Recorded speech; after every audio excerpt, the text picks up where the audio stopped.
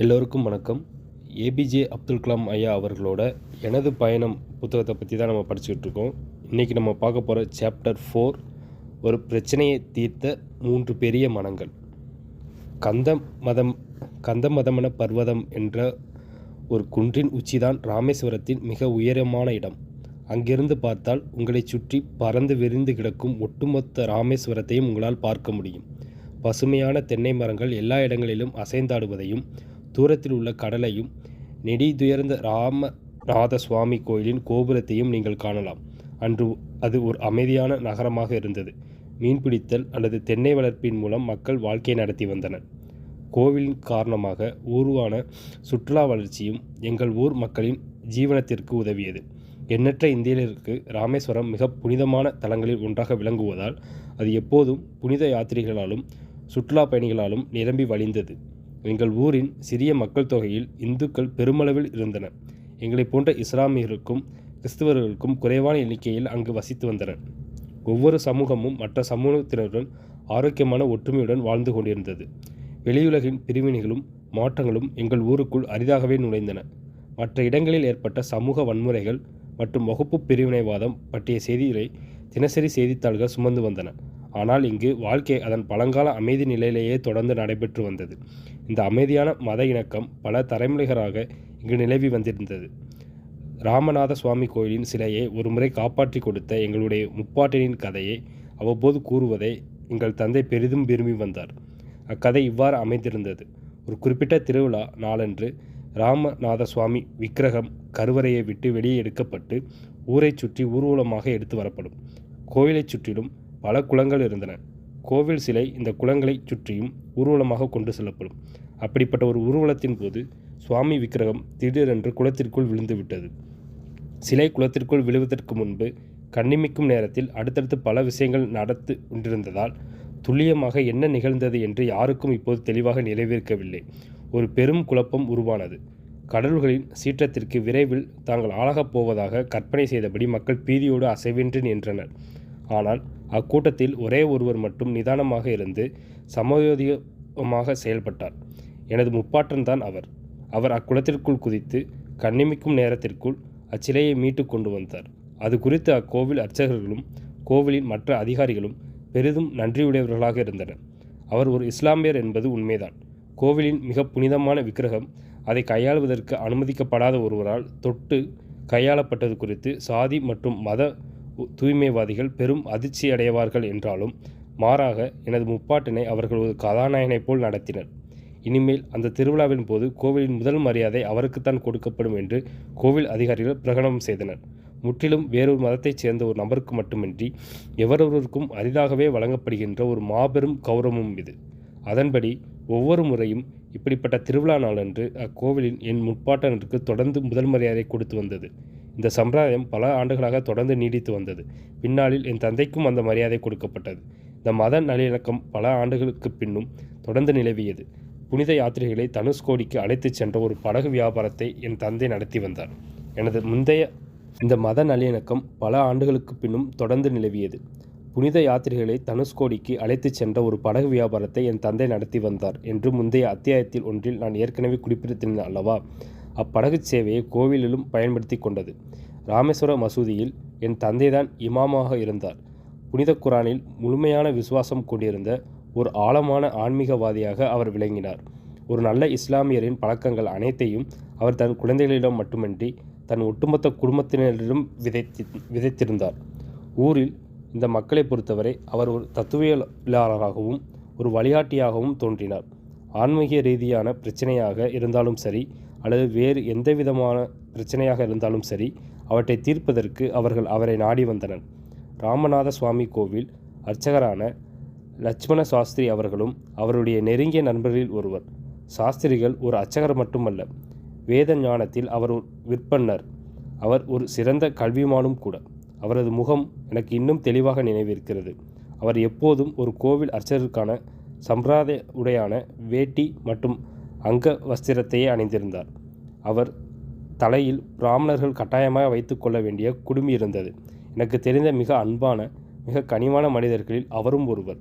எங்களது சிறிய சமூகத்தின் ஆன்மீக வாழ்வில் இருந்த மூன்றாவது முக்கியமான நபர் பாரதியார் போதல் ஆவார். ஊரில் இருந்த ஒரே ஒரு தேவாலயத்தின் பாதிரியார் அவர்.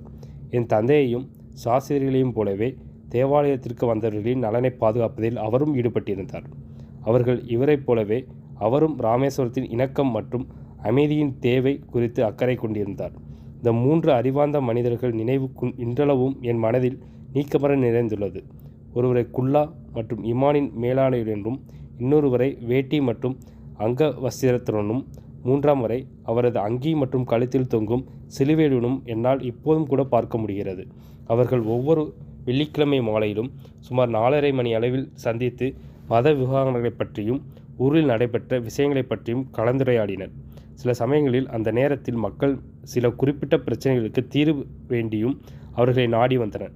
சில சமயங்களில் மக்களிடையே அமைதிக்கு அச்சுறுத்தலாக அமையக்கூடிய சாத்தியமிழந்த விஷயங்களைப் பற்றியும் அவர்கள் மூவரும் கலந்தோசித்தனர். அதோடு தவறாக கருத்து பரிமாற்றங்களோ தீவிரமான வதந்திகளோ ஆபத்தான அளவுக்கு விஸ்வரூபம் எடுப்பதற்கு முன்பாகவே அவற்றை தெளிவுபடுத்துவதற்கான வழிகளையும் கண்டுபிடிக்கவும் அவர்கள் முயற்சி மேற்கொண்டனர். அமைதியின் மிக அடிப்படை தேவையான பல்வேறு பிரிவுகளைச் சேர்ந்த மக்களுக்கிடையேயான ஆற்றல் மிக்க கருத்து பரிமாற்றத்தை இம்மூவரும் தொடர்ந்து உயிர் துடிப்புடன் வைத்திருந்தனர். இவர்கள் பல்வேறு தலைப்பில் அமைந்த விஷயங்களை பற்றி கலந்து பேசினர். நாட்டை முற்றிலும் புதிய ஒரு திசையில் அழைத்து சென்று கொண்டிருந்த சுதந்திர இயக்கம், தேசியவாதிகள் அழைப்பு குறித்து ஆங்கிலேய அரசாங்கம் கொண்டிருந்த மனப்போக்கு, மக்கள் மீதான அவற்றின் தாக்கம் ஆகியவை குறித்து அவர்கள் அதீத அக்கறை கொண்டிருந்தனர். தங்களை சுற்றியிருந்த சமுதாயத்திற்கு அவர்கள் அமைதியாக ஆறுதல் அளித்து வழிகாட்டினர். எல்லோரும் சுதந்திரமாக பேசுவதற்கு ஒரு வாய்ப்பை வழங்கக்கூடிய ஒரு இணக்கமான சமுதாயமாக அதை அவர்கள் உருவாக்கினர். எனது குழந்தை பருவத்தில் நடந்த ஒரு நிகழ்வு இந்த யதார்த்தத்தை எனக்கு வெளிச்சம் போட்டு காட்டியது. அப்போது எனக்கு சுமார் 8 வயது இருக்கும். நான் 3ஆம் வகுப்பில் படித்து கொண்டிருந்தேன்.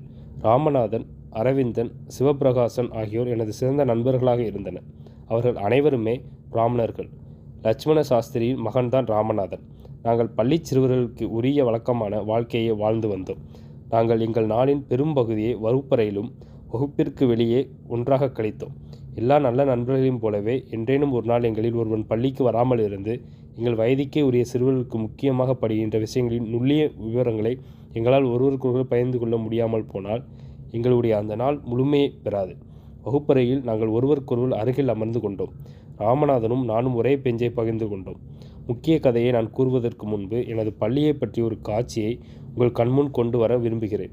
வெகுளித்தனம், குறும்புத்தனம், கற்றல் ஆகியவற்றை உள்ளடக்கிய நாட்களின் அழகான நினைவுகளுடன் கூடிய அக்காட்சி என் நெஞ்சில் நீங்கா இடம்பெற்றுள்ளது. எங்கள் பள்ளி ராமேஸ்வரம் பஞ்சாயத்து தொடக்கப்பள்ளி என்று அழைக்கப்பட்டது.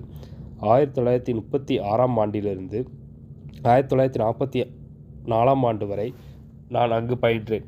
அது கடற்கரைக்கு அருகே அமைந்திருந்தது. அதன் கட்டிடம் நிச்சயமாக அவ்வளவு உறுதியாக இருக்கவில்லை. அதன் சில பகுதிகள் செங்கற்களால் கட்டப்பட்டிருந்தாலும் அதன் கூரை வெறுமனை ஓலைகளை கொண்டு வேயப்பட்டிருந்தது. ஆனால் அந்த காலத்தில் ராமேஸ்வரத்தில் இருந்த ஒரே பள்ளிக்கூடம் அது மட்டும்தான். நாங்கள் மொத்தம் 400 சிறுவர்களும் சிறுமியரும் அதில் படித்தோம். இப்பள்ளியின் கட்டிடம் பார்ப்பதற்கு அவ்வளவு வசீகரமாக இருக்கவில்லை. பள்ளியில் போதிய வசதிகளும் இருக்கவில்லை. ஆனாலும் கூட அது மிக சுவாரஸ்யமான ஒரு இடமாக இருந்து வந்தது என்பதில் சந்தேகமில்லை. வரலாறு, புவியியல், அறிவியல் ஆகிய பாடங்களை கற்றுக் கொடுத்த ஆசிரியர்களை மாணவர்கள் பெரிதும் விரும்பினர். ஏனெனில் அந்த ஆசிரியர்கள் பிறருக்கு கற்றுக் கொடுப்பதை மிகவும் நேசித்ததோடு நாங்கள் ஒவ்வொருவரும் கல்வியில் மிகச் சிறப்பாக விளங்குவதையும் உறுதி செய்தனர். ஒரு வகுப்பில் இருந்த 55 குழந்தைகள் மீது சம அளவில் கவனம் செலுத்துவது அவர்களுக்கு அவ்வளவு சுலபமான ஒரு காரியமாக இருந்திருக்காது. நாங்கள் வெறுமனை பரீட்சையில் நல்ல மதிப்பெண் பெற வேண்டும் என்று மட்டும் அவர்கள் விரும்பவில்லை. தாங்கள் கற்றுக் கொடுத்த பாடங்கள் மீது ஒரு நேசத்தை நாங்கள் வளர்த்து கொள்ள வேண்டும் என்றும் அவர்கள் விரும்பினர். தூய்மை ஒளி எங்கள் ஆசிரியர்களிடத்தில் மின்னியதை நாங்கள் கண்டோம். ஒரு நாள் ஏதேனும் ஒரு மாணவன் பள்ளிக்கு வராமல் போனால் கூட ஆசிரியர்கள் நேராக அவனது பெற்றோரிடம் சென்று அவனது நலன் குறித்து விசாரித்து அவன் பள்ளிக்கு வராததற்கான காரணத்தை கேட்பர். எங்களில் ஒருவர் உயர்ந்த மதிப்பெண்களை பெற்றால் எங்கள் வீடுகளுக்கு சென்று இந்த மகிழ்ச்சியான தகவலை எங்கள் பெற்றோரிடத்தில் பகிர்ந்து கொள்பவர்கள் முதலில் எங்கள் ஆசிரியர் தான் இருப்பார்கள். எங்கள் பள்ளி ஒரு மகிழ்ச்சியான இடமாக இருந்தது. அங்கு எங்கள் படிப்பை துவங்கிய நாங்கள் அனைவரும் 8ஆம் வகுப்பு வரை அங்கேயே படித்து முடித்தோம். ஒரு மாணவனோ அல்லது மாணவியோ கூட பாதியிலே பள்ளியை விட்டு நின்றதாக எனக்கு நினைவில்லை. இந்நாட்களில் நாடு முழுவதும் உள்ள பெரிய மற்றும் சிறிய பள்ளிகளுக்கு நான் விஜயம் செய்யும்போது அவர்களுடைய உண்மையான தரம் ஒரு மாபெரும் கட்டிடத்திலேயோ மாபெரும் வசதிகள் வசதிகளிலோ அல்லது மாபெரும் விளம்பரங்களிலோ வருவதில்லை என்று நான் அவர்களிடம் கூறினேன். மாபெரும் ஆசிரியர்கள் அன்போடு கல்வி கற்றுக் கொடுக்கும் போது மட்டுமே அது நிகழ்கிறது. என்னுடைய கதைக்கு திரும்ப வருவோம். அக்காலத்து பள்ளிகளில், குறிப்பாக நான் பயின்றது போன்ற சிறிய பள்ளிகளில் சீருடைகள் கிடையாது. எங்கள் மதத்தின்படி நாங்கள் கட்டாயமாக பின்பற்ற வேண்டியிருந்த சமுதாயங்களை பின்பற்ற எங்களுக்கு முழு சுதந்திரம் இருந்தது. என் நண்பன் ராமநாதன் தனது தந்தையைப் போலவே குடும்பி வைத்திருந்தான். பின்னாளில் அவன் வளர்ந்து பெரியாளவன் ஆனபோது தனது தந்தையை அடுத்து அவனும் அக்கோவிலின் அர்ச்சகராக ஆனான். ஊரிலிருந்து அனைத்து இஸ்லாமிய சிறுவர்களைப் போல நானும் எனது சிறிய குல்லாவை அணிந்தே பள்ளிக்கு சென்றேன். இதை எங்களில் ஒருவர் கூட ஒருபோதும் கவனித்ததோ அல்லது இது பற்றி விமர்சித்ததோ கிடையாது. நாங்கள் 3ஆம் வகுப்பில் இருந்தபோது எங்கள் வாழ்வில் ஒரு மிகப்பெரிய உற்சாகம் ஏற்பட்டது. எங்கள் பள்ளிக்கு ஒரு புதிய ஆசிரியர் வந்திருந்தார். தனது தேவைகளை தானே நிறைவேற்றி கொண்ட ஒரு சிறிய சமூகத்தில் இவ்விஷயம் அதிக உற்சாகத்தையும் அதிகமான கலந்துரையாடல்களையும் நிகழ்த்தியது. எங்கள் புதிய ஆசிரியர் எப்படி இருப்பார் என்பதை தெரிந்து கொள்வதற்கு மாணவர்களாகிய நாங்கள் அனைவரும் பேரார்வத்தோடு காத்திருந்தோம். அவர் கண்டிப்பானவராக இருப்பாரா அல்லது கனிவானவராக இருப்பாரா? அவர் கோபக்காரராக இருப்பாரா அல்லது பொறுமையானவராக இருப்பாரா? அவர் எங்களுக்கு பாடம் சொல்லிக் கொடுக்கும் நாளை எதிர்பார்த்து நாங்கள் இருப்பு கொள்ளாமல் தவித்தோம். அவர் எங்கள் வகுப்பிற்குள் வந்து முதல் நாள் எங்கள் ஆர்வம் முழுவதுமாக வற்றி போனது. அந்த ஆசிரியரும் ஒரு பிராமணர். அவர் எங்கள் வகுப்பிற்குள் நுழைந்தவுடனேயே எங்கள் அனைவரையும் வேகமாக தன் கண்களால் எடை போட்டார். வெவ்வேறு விதமான ஆடைகளை அணிந்திருந்த எங்கள் மாணவர் கூட்டத்தை அவர் நோட்டம் விட்டு போலும். குழந்தைகளின் பிரகாசமான கண்களையும் ஆர்வமான புன்னகையையும் கவனிக்க அவர் தவறியிருக்க வேண்டும் என்று இன்று நான் நினைக்கிறேன். ஏனெனில் ஒரு அறை முழுதும் நிரம்பி வழியும் குழந்தைகளை எதிர்கொள்ளும் போது முதலில் என் கண்களுக்கு தென்படுவது அவ்விஷயங்கள்தான். ஆனால் எங்களது புதிய ஆசிரியர் விரைவாக செயலில் இறங்கினார். அவர் எங்கள் வகுப்பிற்கு முன்னால் நடந்து வந்தபோது அவரது கண்களில் முதலில் பட்டது நானும் ராமநாதனும் தான். எங்கள் வகுப்பில் நாங்கள் தான் மிகச் சிறந்த மாணவர்களாக இருந்தோம். கற்றுக்கொள்வதிலும் எல்லாவற்றிலும் பங்கு கொள்வதிலும் நாங்கள் எப்போதுமே அதிக ஆர்வம் காட்டி வந்தோம். நாங்கள் எப்போதும் முன்வரிசையில் தான் அமர்ந்தோம். எங்கள் ஆசிரியரின் பார்வை என் குல்லாவின் மீதும் ராமநாதன் குடும்பியின் மீதும் நிலைத்தது. எரிச்சலுடன் கூடிய ஒரு பார்வை அவரது முகத்தில் படர்ந்தது. நான் பார்த்த காட்சியை அவரால் நம்ப முடியவில்லை என்ற உண்மை அவரது முகம் முழுக்க பரவியிருந்தது. காரணம் எதுவும் கூறாமல் என் பெயர் என்னவென்று கூறுமாறு அவர் என்னை கட்டளையிட்டார். நான் என் பெயரை கூறிய போது என்னுடைய பொருட்களை எடுத்துக்கொண்டு வகுப்பின் பின்வரிசைக்கு சென்று அமருமாறு அவர் என்னிடம் அதிகாரமாக கூறினார். அதற்கான காரணம் அவருக்கு மட்டுமே வெளிச்சம். நான் மிகவும் வருத்தமாகவும் அவமானமாகவும் உணர்ந்தேன். இது ஏன் நிகழ்ந்தது என்று நான் யோசித்தேன். ராமநாதனின் கண்கள் கண்ணீரால் நிரம்பியிருந்தன. நான் என் புத்தகத்தை தூக்கி கொண்டு அவனிடமிருந்து நகர்ந்து சென்றபோது அவனது பெரிய கண்களில் கண்ணீர் பெருகி வழிந்து கொண்டிருந்தது. இன்றும் என் நினைவில் உள்ளது. ஆனால் இதை உரியவர்களிடம் தெரிவிக்காமல் போவதற்கு நாங்கள் இருவருமே தயாராக இல்லை. அன்றே இது பற்றி நான் என் தந்தையிடம் கூறினேன். ராமநாதனும் தன் தந்தையிடம் இது பற்றி கூறினார். என் தந்தையும் ராமநாதனின் தந்தையும் அதிர்ச்சியும் கலக்கமும் அடைந்தனர். அவர்கள் எவற்றை குறித்து கடினமாக உழைத்திருந்தனரோ இது அவை அனைத்திற்கும் எதிராக போனது. அறிவை புகட்டி எங்கள் மனங்களை திறக்க வேண்டிய ஒரு ஆசிரியர் அதற்கு பதிலாக அதற்கு நேர் எதிரானதை செய்து கொண்டிருந்தார். மென்மையான குணம் படைத்த எங்கள் தந்தையர் இவ்வளவு தூரம் கோபப்பட்டு நாங்கள் பார்த்ததே இல்லை. அவர்கள் இருவரும் உடனடியாக ஒருவருக்கொருவர் பேசி நிகழ்ந்த சம்பவம் பற்றிய விவரங்களை உறுதி செய்து கொண்டனர். அடுத்த வெள்ளிக்கிழமையன்று அந்தி சாய்ந்து கொண்டிருந்த போது வழக்கம்போல் அவர்கள் சந்தித்தனர். பாதிரியார் போதலும் அங்கிருந்தார். அங்கு வரும்படி எங்கள் ஆசிரியருக்கு உத்தரவு விடப்பட்டிருந்தால் அவரும் அங்கு வந்தார். இருள் சூழத் துவங்கிய அந்த நேரத்தில் நாட்டின் பிற பகுதிகளில் இந்தியாவின் இலையை சீரழித்து கொண்டிருந்த மத பிரிவினைகள் எனும் பேரிடர் எங்கள் ஊரில் வளர்வதற்கு அனுமதி அளிக்கப்பட மாட்டாது என்று என் தந்தையும் சாஸ்திரிகளும் அந்த ஆசிரியரிடம் கண்டிப்பாகவும் திட்டவட்டமாகவும் தெரிவித்தனர். குழந்தைகளை தனியாக பிரித்து வைக்க தாங்கள் அனுமதிக்க மாட்டோம் என்றும் மத நல்லிணக்கத்தை வலியுறுத்துவதற்கு பதிலாக மதத்தை பிரிவினைக்காக ஒரு காரணியாக ஆக்குகின்ற எவரொருவரையும் நிச்சயமாக தாங்கள் பொறுத்துக்கொள்ள மாட்டோம் என்றும் இது சமுதாயத்தின் இளம் உறுப்பினர்களின் மனதை அரிப்பதற்கு தாங்கள் ஒருபோதும் அனுமதிக்க மாட்டோம் என்றும் அவர்கள் அந்த ஆசிரியரிடம் கூறினர். இவை அனைத்தும் எங்கள் ஆசிரியரிடம் கண்ணியமாகவும் பணிவன்புடனும் தெரிவிக்கப்பட்டது. நாட்டின் எதிர்காலத்தை நம்பி ஒப்படைத்த தகுதியான அறிவார்ந்த ஒரு மனிதராக அவர் தன்னை பார்க்க விரும்பினாரா இல்லையா என்று அவரிடம் கேட்கப்பட்ட போது எங்கள் ஆசிரியர் சிந்தித்தபடியே மௌனமாக நின்றார். பிறகு இறுதியில் 2 சிறுவர்களையும் தான் பிரித்து வைக்க முயற்சித்ததை அவர் ஒப்புக்கொண்டார். அவர் அவ்வாறு செய்தபோது தனது செயல்களுக்கான பின்விளைவுகளை பற்றி அவர் அவ்வளவாக யோசித்திருக்கவில்லை. சமூகம் இவ்வழியில்தான் அமைக்கப்பட்டு கொண்டிருந்ததை அவர் தன்னை சுற்றி எப்போதும் பார்த்து வந்திருந்தார். எனவே அவர் கண்மூடித்தனமான அந்த விதிகளை பின்பற்றி கொண்டிருந்தார். எனவே எவருமே வேறு விதமாக அவருக்கு கற்றுக் கொடுக்கவும் விரும்பவும் இல்லை, அல்லது இப்படிப்பட்ட பிரிவினைகளின் பயனின்மையை அவரை பார்க்க வைத்திருக்கவும் இல்லை. தான் செய்த தவறை அடுத்த நாளை சரி செய்து விடுவதாக அவர் வாக்குறுதி அளித்தார். தன் கொடுத்த வாக்கை அவர் நிறைவேற்றவும் செய்தார். வயதில் மூத்த இந்த 3 சமயவாதிகளும் ஒரு விவகாரத்தை உறுதியாகவும் வெளிப்படையாகவும் கையாண்ட விதத்தை முதன்முதலாக நான் அப்போதுதான் அனுபவபூர்வமாக உணர்ந்தேன். ஒரு பிரச்சினை வளர்ந்து மோசமடைவதற்கு முன்னால் அதை அவர்கள் விரட்டி அடித்தனர். எந்த ஒரு சூழ்நிலையிலும் ஒரு நல்ல நிர்வாகத்திற்கான சாராம்சம் இதுதான் என்பதை பின்னர் நான் கற்றேன். என்னை செதுக்கி வந்துள்ள ஒரு எண்ணத்தின் முதல் தரிசனமும் எனக்கு அதுதான். நமது உள்ளார்ந்த உறுதிப்பாடுகளும் நம்பிக்கையின் வலிமையுமே எப்போதும் நமது நடவடிக்கைகளை தீர்மானிக்க வேண்டும் என்பதுதான் அந்த எண்ணம். புற ஆற்றல்கள், சபலங்கள், அறிவுரைகள் ஆகியவை எப்போதும் நமக்குள் திணிக்கப்பட்டு கொண்டே இருக்கும்.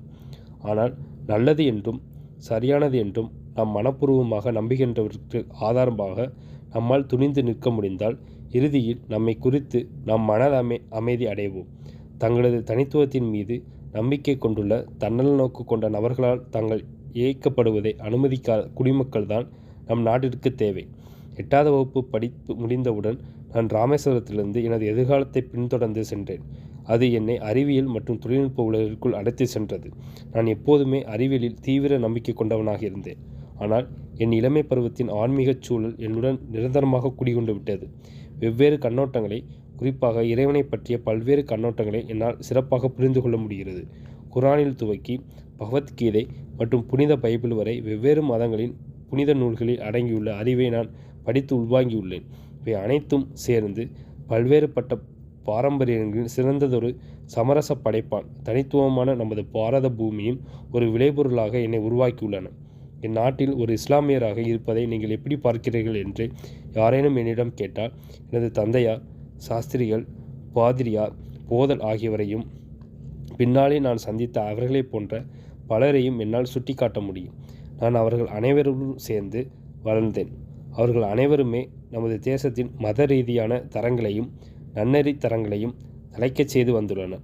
பல்வேறு மதங்களையும் பல்வேறுபட்ட பாரம்பரியங்களையும் கொண்ட நாம் ஒவ்வொருவரும் சுவாசிப்பதற்கு நமக்கென்று ஒரு இடம் இருக்கின்ற ஒரு நாடு இது என்று நாம் முழங்குவதற்கு அவர்கள் அனைவரும் தங்கள் சொந்த வழியில் பங்காற்றியுள்ளனர். நமக்கு ஆழமான பிரச்சனைகள் இருக்கின்றன என்பதும் ஒவ்வொரு நாளும் பிளவுகள் உருவாக்கப்பட்டு கொண்டிருக்கின்றன என்பதும் உண்மைதான். ஆனால் பல வருடங்களுக்கு முன்பு ராமேஸ்வரத்தில் வாழ்ந்த எனது முப்பாட்டன், இமாக்கள், அர்ச்சகர்கள் போன்றவர்களின் கதைகளை இனிவரும் சந்ததியினர் தங்கள் நினைவில் வைத்து கொண்டால் மதச்சார்பற்ற ஒரு ஜனநாயக நாடாக நாம் என்றென்றும் தொடர்ந்து தழைத்து கொண்டிருப்போம் என்பது உறுதி.